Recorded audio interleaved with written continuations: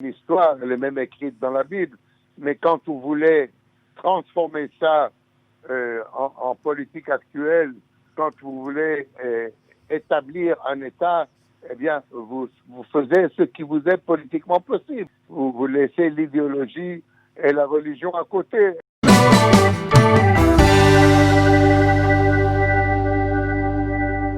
Avi Pazner, bonjour, Boker Tov. Bonjour Daniel, Boker Tov. Merci d'être avec nous ce matin. Comme je le disais tout à l'heure à nos auditeurs, nous vous sollicitons ce matin pour essayer de mieux comprendre un peu quelle est la position, on va dire, du Vatican dans ce dossier de la souveraineté, de l'annexion de la souveraineté israélienne sur la Judée et la Samarie. Vous qui avez été ambassadeur d'Israël à Rome, mais aussi au Vatican, et donc vous connaissez bien la position des institutions, on va dire, du Vatican, des officiels catholiques concernant, on va dire, l'État d'Israël et concernant en particulier la Judée et la Samarie. Hier, l'ambassadeur d'Israël a été convoqué par le ministre des Affaires étrangères du Vatican, ce qui est relativement rare, et il s'est fait sermonner tout simplement parce que, au Vatican, on considère que une démarche d'annexion risque de porter atteinte, on va dire, au processus de paix. Quelle est la position en général, Avi Pazner, du Vatican concernant les territoires, la Judée et la Samarie, qui sont des territoires historiques, on le sait, du peuple juif? Eh bien, pour bien comprendre, je voudrais préciser que quand j'étais ambassadeur à Rome, c'est moi qui étais chargé par le Premier ministre d'alors, Yitzhak Shamir, d'établir des relations diplomatiques entre Israël et le Vatican. Et j'y ai travaillé très ardument pendant 2 ans, en rencontrant le pape Jean-Paul II 5 fois. Et donc, je connais bien les méandres de la pensée politique du Vatican en ce qui concerne Israël et les Palestiniens. Je pourrais la résumer en un mot. Pax, en latin, pace, en italien, paix en français. Et le Vatican a pour politique d'essayer, par toutes les manières, d'arriver à établir une paix entre nous et les Palestiniens. C'est là, ça vient d'une pensée non pas politique, même si évidemment le Vatican est une entité politique, mais c'est quelque chose, dirais-je, d'idéologique et peut-être même de religieux. Paix en terre sainte. Paix en terre sainte. Voilà le motto de la politique du Vatican, que j'ai bien connu, évidemment, puisque une grande partie de mes négociations avec le Pope, justement, parlait de ces possibilités. Alors, j'aimerais rappeler que ces négociations se sont déroulées juste après la conférence de Madrid. Et je me rappelle à quel point le Vatican était intéressé au succès de cette conférence qui devait amener la paix entre nous, pas seulement entre nous et les Palestiniens, mais entre nous et les pays arabes. Donc, voilà, ce mot paix au Moyen-Orient est une pierre de base de la politique du Vatican en ce qui regarde le Moyen-Orient. Alors, effectivement, l'instauration des relations, ça date donc de 93, si je ne m'abuse. C'est ça, Avi, 93? Oui, 93, exactement. C'est ça. Et en 2013, il faut rappeler que le Vatican a aussi reconnu l'État de Palestine d'une certaine manière. Et de ce point de vue-là, je voulais me focaliser en particulier sur la Judée et la Samarie. La Judée et la Samarie, historiquement, c'est la terre, on va dire, c'est la terre historique du peuple juif. Certains diront même plus que Tel Aviv, Netanya et Ashdod. Mais est-ce que finalement le Vatican n'a pas une position, on va dire, plus religieuse sur ces terres que politique? Non, pas du tout, du tout. Ils sont très, comment dire en français, très raisonnables sur les situations politiques existantes. Et je me rappelle que quand j'avais mené ces pourparlers et que je voulais savoir si ces pourparlers allaient se dérouler sur une base religieuse ou sur une base politique, on m'a fait comprendre très gentiment que si c'était sur une base religieuse, il n'y aurait jamais de rapport entre le Vatican et Israël, parce qu'il y a des raisons théologiques dans la religion catholique. Non, c'est purement politique. C'est une position du Vatican qui est très près des positions de l'Europe, de l'Union européenne. Peut-être pas exactement la même chose, mais c'est très proche, qui envisage la création de 2 États, un État israélien, un État palestinien, dont les frontières restent à négocier, dont les modalités restent à négocier, qu'est-ce qui se passe avec les implantations, mais c'est ça la base de la politique. C'est pas, ça ne va pas, la politique. On ne mélange pas les deux, en fait. Hein. On ne mélange pas les deux, et je vous dis, Daniel, si on avait mélangé les deux, je n'aurais pas réussi à établir des relations diplomatiques avec le Vatican. Alors, c'est politique, ça ressemble beaucoup à l'Europe. C'est pas exactement la même chose parce que, évidemment, ils sont très préoccupés qu'est-ce qu'il arrive avec les lieux saints, avec Bethléem et d'autres lieux saints, etc.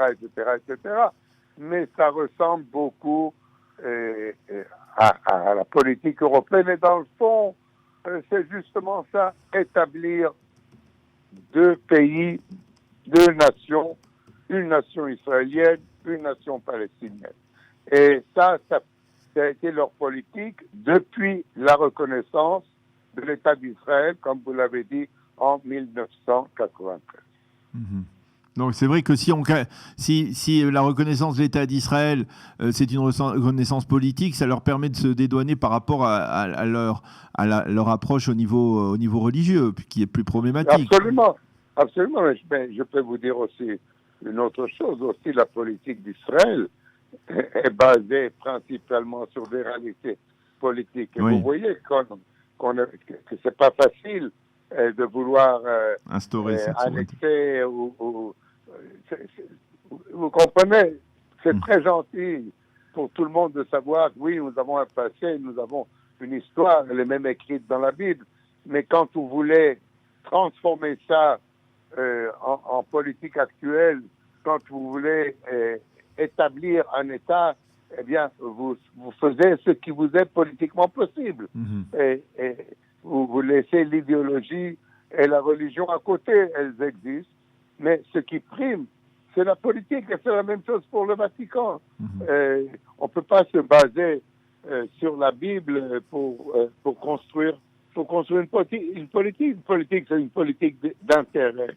Ils ont des intérêts chez nous, ils ont des intérêts chez les Palestiniens, ils ont beaucoup d'intérêts dans le monde arabe, donc c'est cela qui prime. Et la Bible n'est pas, de ce point de vue, n'est pas la base. Pas la référence. Voilà. Alors voilà, cela nous permet également, Avid, d'avoir un peu votre avis justement sur, vous le disiez à l'instant, c'est difficile de conduire une démarche d'annexion ou de souveraineté israélienne sur la Judée et la Samarie. On a pu le voir cette semaine, Binyamin Netanyahou n'a pas pu, pas même enclencher cette démarche, probablement freinée par les Américains. Vous avez été étonné de ce silence de la part du Premier ministre israélien à ce sujet ? Non, pas étonné, parce que s'il avait réussi à enclencher, il aurait certainement fait une déclaration. Du moment où j'ai vu qu'il n'y avait pas de déclaration, qu'il n'y avait rien le 1er juillet, j'ai évidemment bien compris, comme tout le monde, qu'il n'allait rien se passer, rien se passer dans l'avenir proche. Parce qu'il y a des différences, et c'est pas seulement entre nous et les Américains. Il y a des dissensions à l'intérieur du cabinet, et je crois que Gantz l'a prononcé publiquement, justement, le 30 juin, un jour avant le 1er juillet, en disant tant que nous avons un problème de la corona, il faut s'occuper tout d'abord de ça et laissons toutes les autres choses derrière. C'est un gros problème. C'est vrai que théoriquement, Bibi Netanyahou aurait eu une majorité au Parlement pour une annexion, mais cela aurait fait éclater la coalition. Et donc, encore une fois, des élections dont il ne veut pas. Et il y a aussi vraiment, il faut prendre en considération qu'il y avait tout le monde contre, c'est-à-dire la communauté internationale contre. Je ne parle même pas des pays arabes comme la Jordanie ou l'Égypte, avec lesquels nous entretenons de bonnes relations, qui ont pris ça très au sérieux. D'autres pays aussi. C'était très, très compliqué. Et c'est vrai, Daniel, et c'est vrai que nous avons maintenant une situation difficile. Le pays passe par une situation comme nous n'en avons pas connue peut-être depuis 50 ans. La maladie du corona plus la maladie économique, c'est quelque chose qui mérite toute notre attention, toute l'attention du gouvernement. Et moi, je suis convaincu qu'il va nous faire déployer des efforts géants pour arriver à vaincre la maladie et pour arriver à faire remonter l'économie. Et ça peut prendre du temps. Et je crois que du point de vue de priorité, si vous demandez à l'Israélien dans la rue où est la priorité, je suis sûr que vous avez 90 de réponses que la priorité, ce n'est pas l'annexion. Oui, d'ailleurs, Avi, si vous deviez faire une sorte de bilan de cette semaine pour Binyamin Netanyahou, on peut dire qu'elle n'est pas particulièrement réussie, puisque tant sur le plan politique, on voit qu'il d'une certaine manière qu'il a Gantz à ses trousses, on peut dire qu'il est remis en, c'est-à-dire on voit Benny Gantz qui est de plus en plus actif, en tout cas veut se donner un volume d'activité, veut se donner une démarche, on va dire, presque indépendante à l'intérieur du gouvernement. Il y a la crise du coronavirus, tant sur le plan sanitaire que sur le plan économique, qui ne parvient pas à être résolue. Et puis il y a donc cette annexion qui ne s'est pas produite. C'est pas terrible pour Netanyahou cette semaine, à votre avis?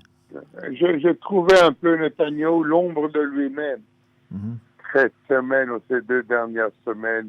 Ajouter à cela ses ennuis juridiques. Oui. Le fait qu'il n'a pas pu avoir le OK du Parlement pour financer sa défense. Et il vit maintenant, évidemment, avec cette réalité qu'il doit s'occuper des questions vitales de l'État d'Israël. Et je répète, l'économie est peut-être un danger plus grand que le corona.